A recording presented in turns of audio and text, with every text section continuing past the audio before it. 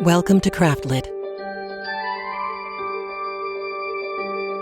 the podcast for crafters who love books. My name is Heather Ordover, and I'm podcasting from where the Delaware River meets the Old York Road, New Hope, Pennsylvania. Not episode 516. Stay safe.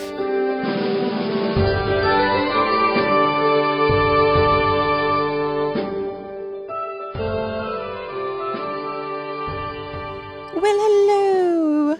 This is not a Craftlit episode. This is, however, a Craftlit update. Hi. Lots of things have changed since last we spoke at the end of Treasure Island, and I needed to give y'all an update. If you follow me on Instagram, you have seen some hints. If you follow Craftlit on Facebook, you may have seen a hint or two. And now I'm going to give you the skinny.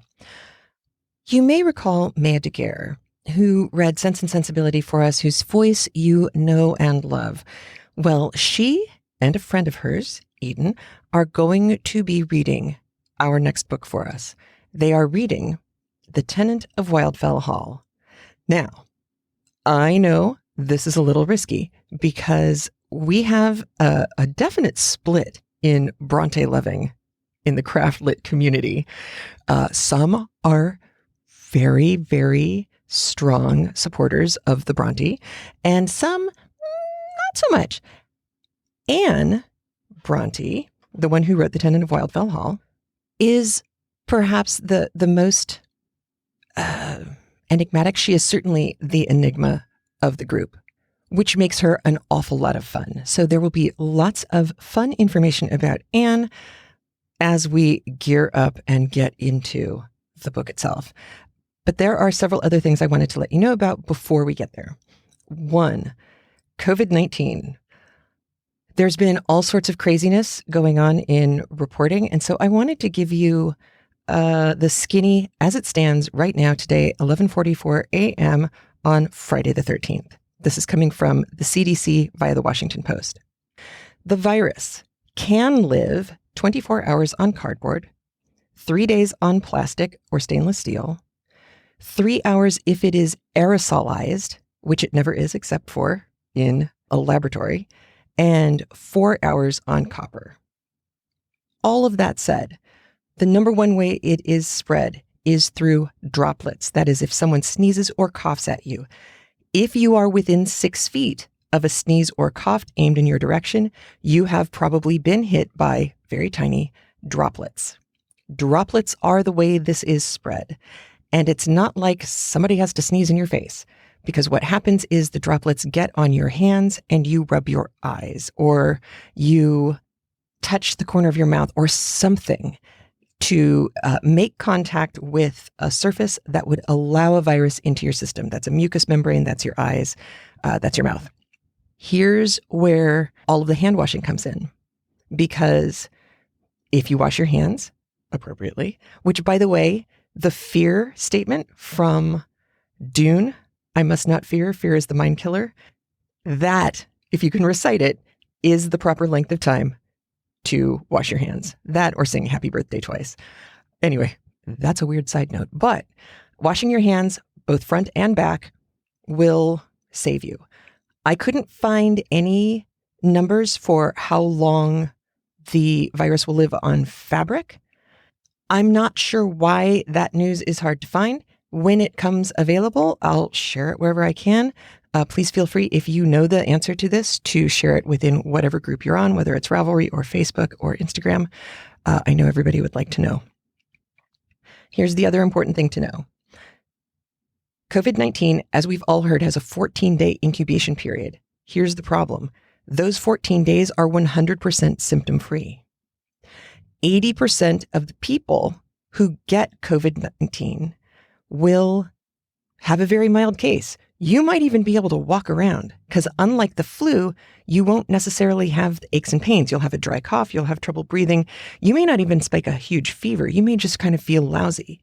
The problem is during those 14 days, and for quite a while after, you can give it to somebody else. who can give it to somebody else, who can give it to somebody else. That's why they're talking about flattening the curve.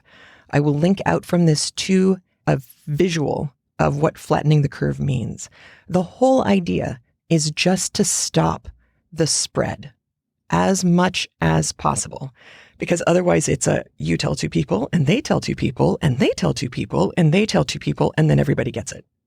Now, where this also gets complicated is that we don't have enough data yet to know for certain how long the virus stays contagious in you. What they do know is that once you get symptoms, the virus will live in your respiratory tract for 20 more days. You may feel fine, but it's still living in your respiratory tract. You can still shed the virus for another 8 to 37 days after that. Now, that's where they don't know if at that point you're just shedding it in an inactive state or if you're shedding it and it's still contagious. This makes it really clear why the health officials who actually know what they're talking about are so insistent that the most important thing we can do is wash our hands. Because if people around us are shedding the virus randomly and touching things, if they are still a hand sneezer or cougher instead of using the elbow to cover your mouth when you sneeze or cough, if they get those droplets on their hands and touch something and you touch it soon thereafter, the only way to stop yourself from accidentally transmitting it to yourself is to wash your hands. It's the easiest way to do it. So until they know more about whether shedding the virus after you've had an active case is 8 to 37 days, I mean, that'll certainly help us once we know that, but it's not going to change anything. Just wash your hands. Honestly, this is a great moment to get kids to seriously wash their hands. I am thrilled. The boys will finally be washing their hands. No, they've actually been pretty good about it before, but now it's really no joke. And I kind of think it's cool that the rest of the world finally gets to see what Craft Lit listeners have known for a really long time, which is that we're all in it together. I have watched our community of crazy book lovers share and learn from each other for almost 14 years. We get it where other people might not.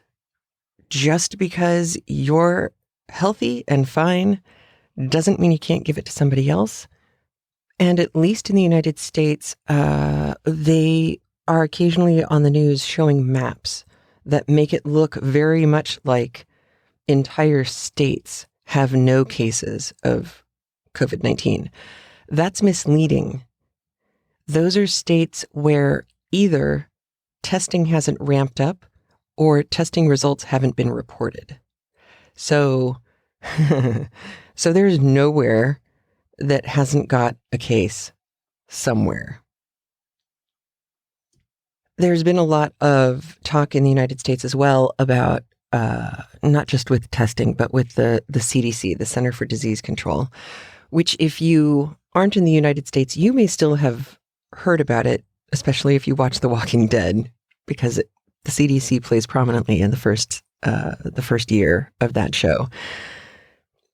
The CDC is getting blamed on the news, and the CDC is really not a guilty party here. The CDC has been gradually unfunded over the last 20, 30 years. So they no longer had the infrastructure or the budget to just crank out a bunch of tests. The big problem is that the World Health Organization, the WHO, offered test kits to the United States. The United States said no. That's a whole different kettle of fish, but trust the scientists, trust the CDC. And one of the most important things that I heard coming out of the mouths of scientists was this. Scientists and doctors and nurses, do not go to the hospital or the ER to get a test. Call your doctor. Let them know if you think you have coronavirus. They will tell you what to do.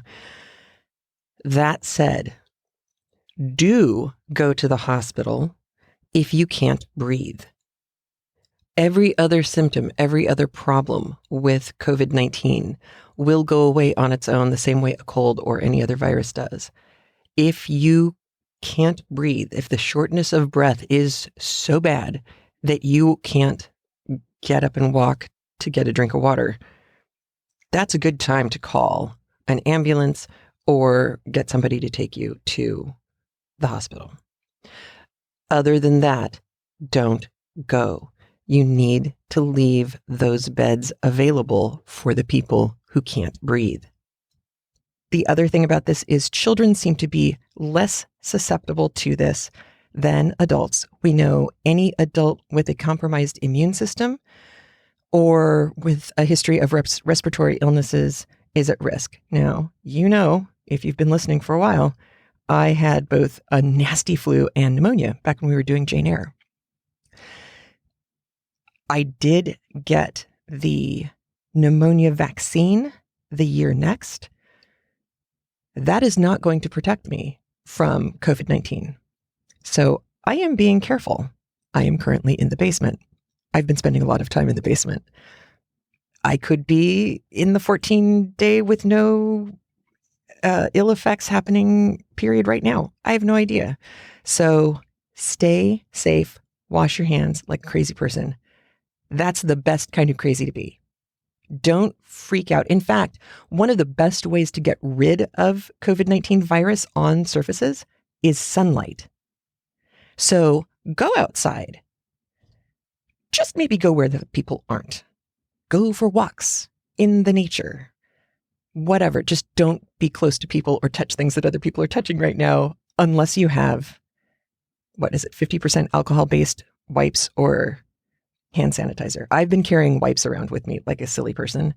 I wrap them around the shopping cart push bar, which is actually kind of nice because they're squishy and they're soft and they're cool. So stay safe, be well. Ooh, and one other interesting tip I heard from a friend. She has started wearing latex gloves, the kind that you'd wear to, dye your hair or paint if you didn't want to get paint all over your hands. She's been wearing latex gloves when she's been out in public because she realized she was less likely to touch her face if she had weird gloves on. So this doesn't have anything to do with not touching something that has the virus still on it. It has everything to do with resisting the temptation to touch your face, which I thought was kind of interesting. There's no reason to wear masks, apparently. You want to leave the masks available in the stores, in the storerooms, in the storehouses, in the stock warehouses, for medical personnel. We don't want them running out of masks because if they get sick, we are all in deep yogurt.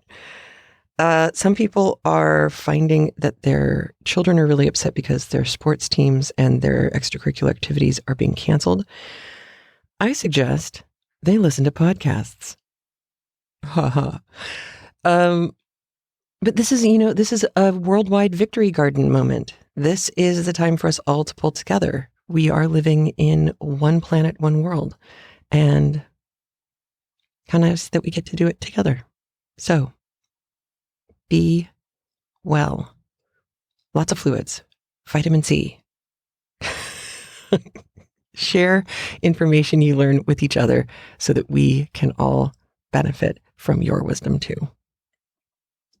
If you are home and bored and you know anything about WordPress, I could really use some volunteers to help me with the website.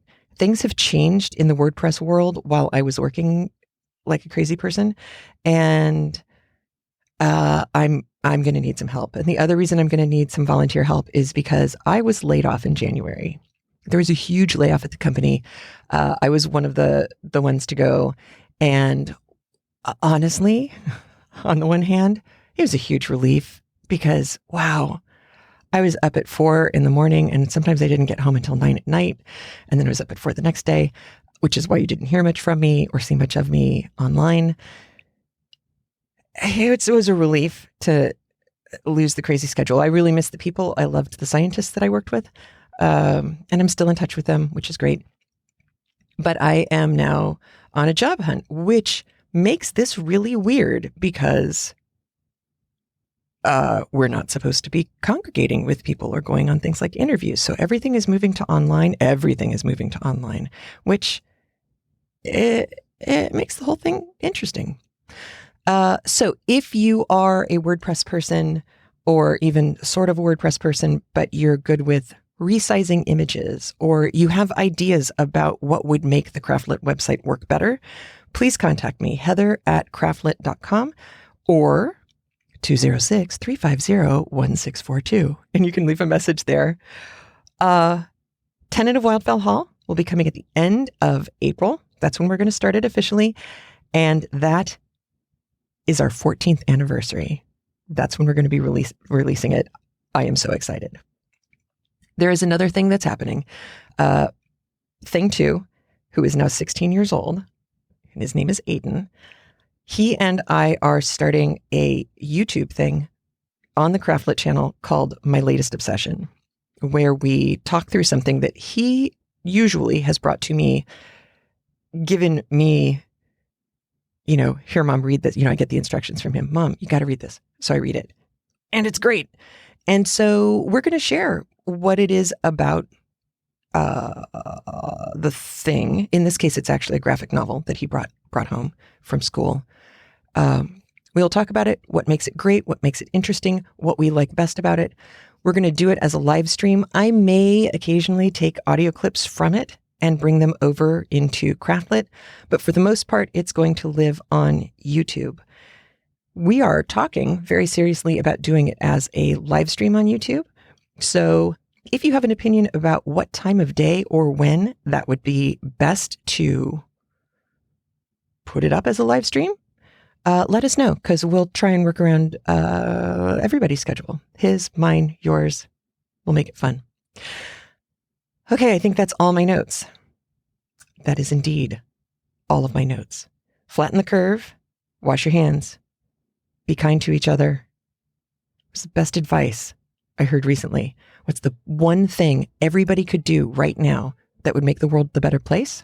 And the answer was, give everyone the benefit of the doubt. I love that. That is beautiful and so true. So, on that happy note, I will talk to you soon. Aiden and I will have our latest obsession up for you on YouTube, and I'll make sure I let everybody know about that when it happens. Hoping for later today. Kind of doubtful, but nothing's ever impossible. All right, take care. I'll talk to you soon. Bye.